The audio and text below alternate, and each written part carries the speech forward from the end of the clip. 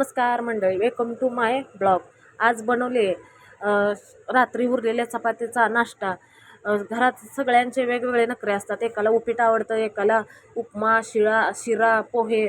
त्यापेक्षा उत्तम बेस्ट आज काहीतरी नवीन म्हणून मी संध्याकाळी 2-3 चपात्या उरलेले त्याचे मिक्सरमधून करून आणि त्याच्यावर तिखट, मीठ वगैरे मसाला वगैरे घालून एकत्र करून एकजीव करून नंतर तापायला ठेवलं. जिरी मोहरी वगैरे टोमॅटो घालून मस्त फोडणी लालसर होईपर्यंत फोडणी दिली. लाल तिखट वगैरे घालायचा. घरकुल मसाला घातल्यानंतर तर खूप मस्त लागतो. मग शेंगदाणे परत घरातली डाळ वगैरे टाकल्यानंतर तर खूप मस्त लागते.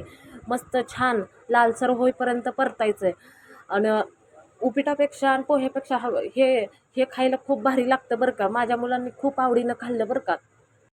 मस्त हळद वगैरे टाकून मस्त जरा तिखट कमी टाकल्यानंतर मुलांना बी खूप आवडतं. एकदा खाल्लं ना परत खावंसं वाटतं. लहान मुलांना नक्की करून द्या, म्हणजे खूप चवीनं खातात. असं भाजी चपाती देण्यापेक्षा हे केलेलं मस्त. बघा, आपला हा नाश्ता तयार आहे. Bye bye.